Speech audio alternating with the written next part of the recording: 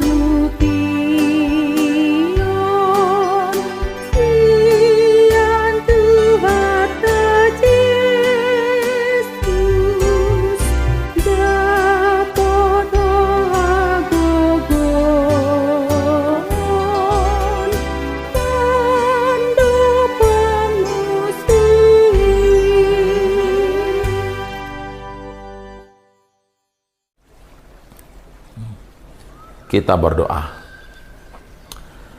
Segala puji syukur Tuhan, terima kasih berkat anugerah yang boleh kami rasakan pada pagi hari ini, di mana kami boleh kembali melihat hari dan menatap hari ini Tuhan dengan baik. Ini adalah kesempatan yang Kau berikan kepada kami Tuhan. Tuhan, kami hendak mendengarkan firman-Mu sebelum kami melaksanakan aktivitas kami. Tuhanlah yang menyiapkan hati dan pikiran kami, sehingga kami dapat boleh mengerti memahami firman-Mu dengan baik. Dalam nama Yesus Kristus kami berdoa. Amin. Bapak Ibu Saudara-saudara terkasih dalam Yesus Kristus, firman Tuhan kita pada renungan pagi ini diangkat dari 1 Petrus pasal 1 ayat yang ke-6 sampai dengan ke-7. Demikian bunyinya.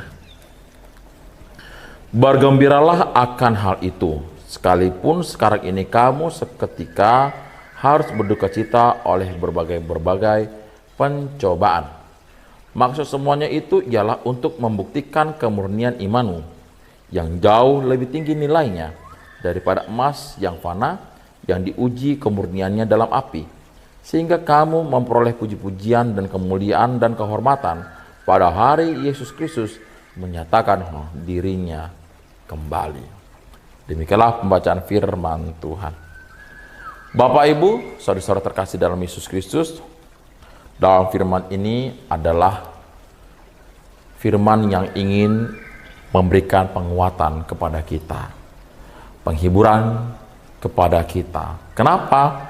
Karena memang pada dasarnya manusia ketika ia menjalani berbagai perjalanan hidupnya, tentu dia pasti akan menghadapi berbagai macam ujian-ujian, duka cita, sedang di down, posisi keuangan, posisi ekonomi, pekerjaan yang tidak lancar, keluarga mungkin yang ada situasi kondisi yang tidak baik, dan begitu banyak berbagai macam kesulitan-kesulitan yang harus dihadapi manusia atau kita selama kita hidup di tengah-tengah dunia ini.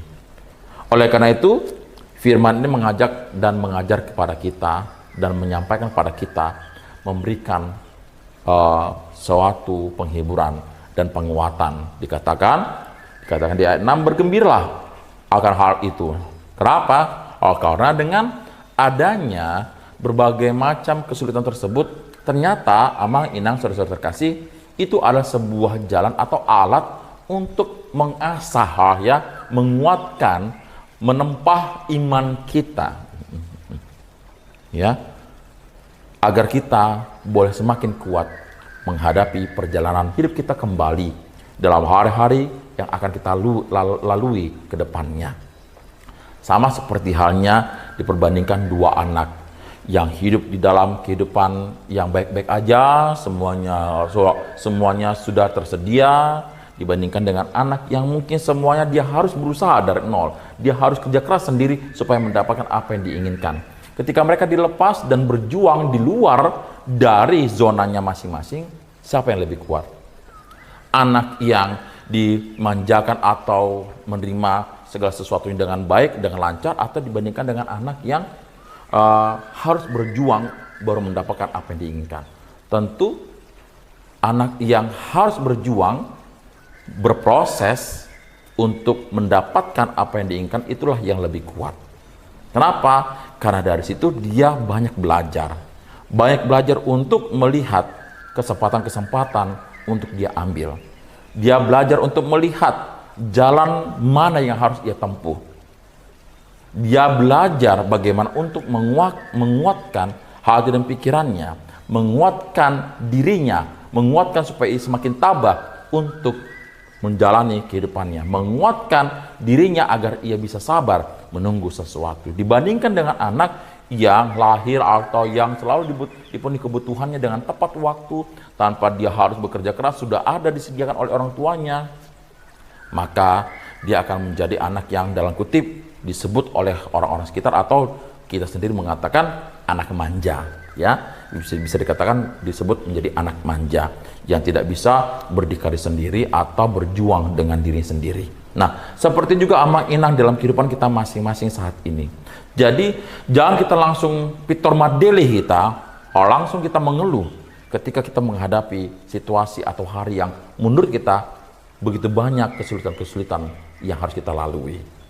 Kita harus bisa melihat dari sudut pandang yang berbeda, yaitu sudut pandang dari keimanan kita, sudut pandang daripada kerohanian kita, bahwa mungkin kesulitan tersebut kita menghadapinya atau saya menghadapinya agar saya bisa lebih kuat lagi. Makanya kenapa kita harus mengajak anak kita atau menyuruh anak kita, kamu harus belajar, kamu harus sekolah.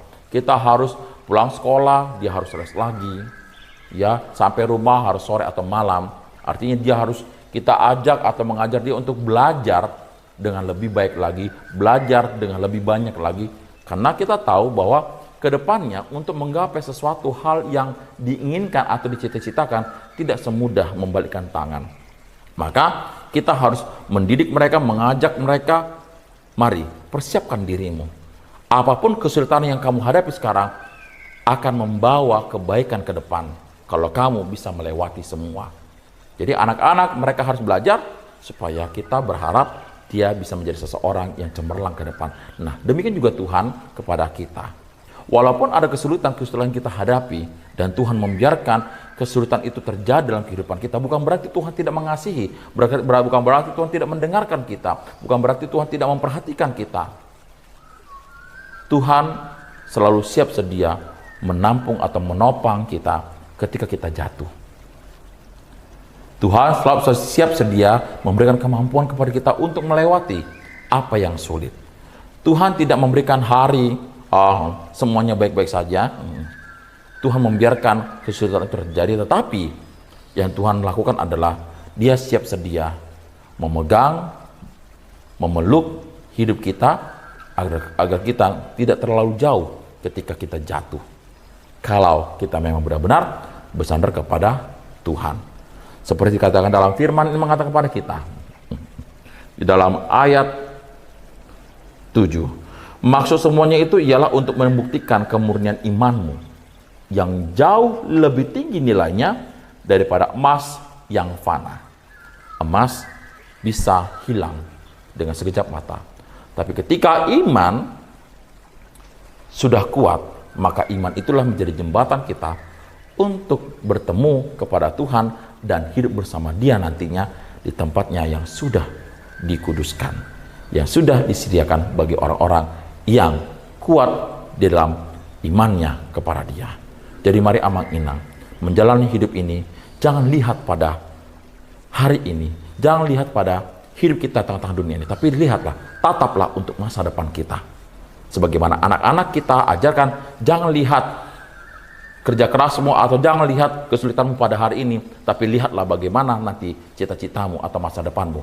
Bisa tidak kamu kejar, bisa nggak kamu raih? Seperti juga kita Amang Inang saat ini. Jangan kita langsung mendelay, langsung kita mengeluh.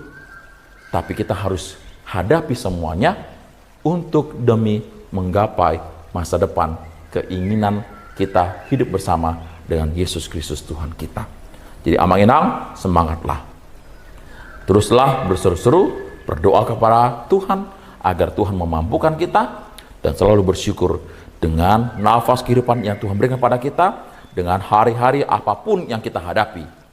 Biarlah itu menjadi batu loncatan untuk semakin mengucap syukur kepada Tuhan. Amin. Kita berdoa. Terima kasih Tuhan berkat dan anugerah yang boleh kami rasakan pada pagi hari ini, di mana kami boleh mendengarkan firman-Mu.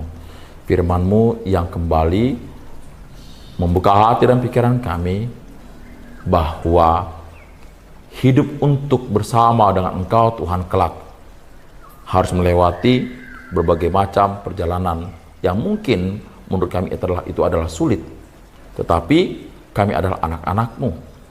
Kami percaya bahwa Tuhan adalah yang dapat menampung dan dapat menguatkan, memampukan, mendampingi setiap langkah kami ketika kami melewati masa-masa sulit di dalam hidup kami masing-masing.